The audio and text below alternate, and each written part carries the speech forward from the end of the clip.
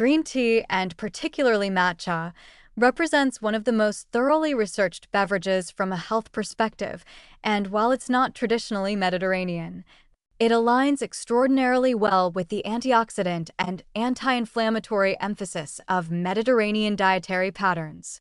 Let me break down what the science actually shows and what's more speculative. The star compound in green tea is EGCG, epigallocatechin gallate, a catechin with powerful antioxidant properties. The research on EGCG is extensive, showing cardiovascular benefits including improvements in endothelial function, reduced LDL oxidation, and anti-inflammatory effects. Population studies consistently show associations between green tea consumption and reduced cardiovascular disease risk, though we have to be careful about assuming causation from observational data. The metabolic effects are particularly interesting.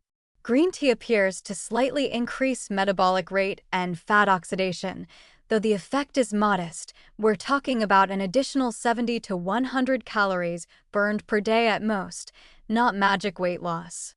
The mechanism involves both caffeine and catechins working together to enhance thermogenesis and fat mobilization.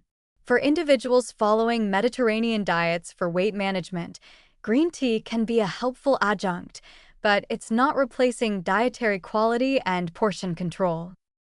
Matcha deserves specific attention because it's ground whole tea leaves, meaning you're consuming the entire leaf rather than just an infusion. This provides significantly higher levels of catechins, antioxidants, and other beneficial compounds, up to 10 times higher than regular brewed green tea.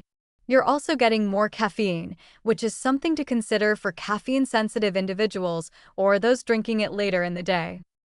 The L-theanine content in green tea is fascinating. This amino acid appears to promote relaxation without sedation and, when combined with caffeine, creates this alert but calm state that many people find ideal for focused work. The mechanism involves neurotransmitter regulation, increasing GABA, dopamine, and serotonin activity. This aligns beautifully with Mediterranean lifestyle emphasis on stress management and mindful living. From an implementation standpoint, replacing some coffee with green tea can provide similar alertness with less jitteriness and without the crash some people experience with coffee.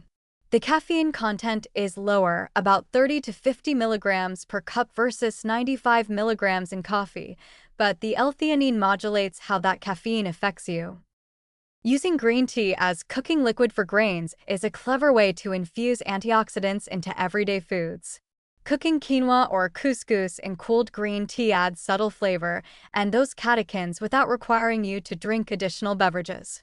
This represents the kind of layering of nutrition that characterizes thoughtful Mediterranean eating, looking for opportunities to add nutrients in unobtrusive ways.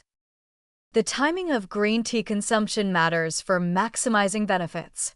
Drinking it about 30 minutes before meals appears to support blood sugar management, potentially reducing post-meal glucose spikes. Consuming between meals may help with appetite control. Avoiding green tea with meals is actually important because the tannins can inhibit iron absorption, particularly non-heme iron from plant sources. For people relying on plant-based iron, this timing consideration is crucial. Now, some important warnings. Green tea is not benign for everyone.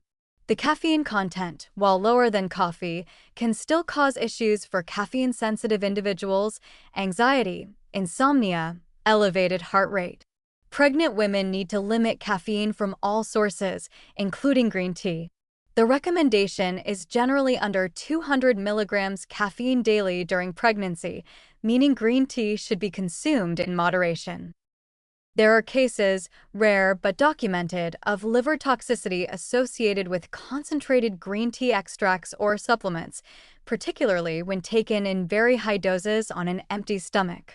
Drinking green tea as a beverage appears safe, but taking multiple green tea extract pills daily has caused liver damage in some individuals. This is a crucial distinction: whole foods and beverages versus concentrated supplements. The fluoride content in tea is present because tea plants accumulate fluoride from soil.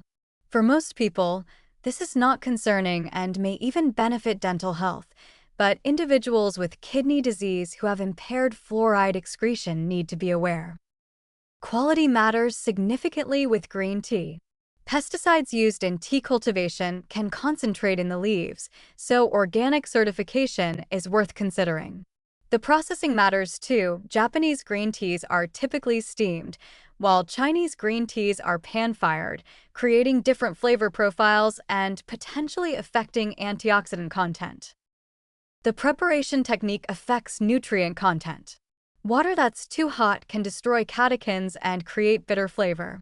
Optimal brewing uses water around 160 to 180 degrees Fahrenheit, steeping for 2 to 3 minutes. Oversteeping creates bitterness without additional benefits.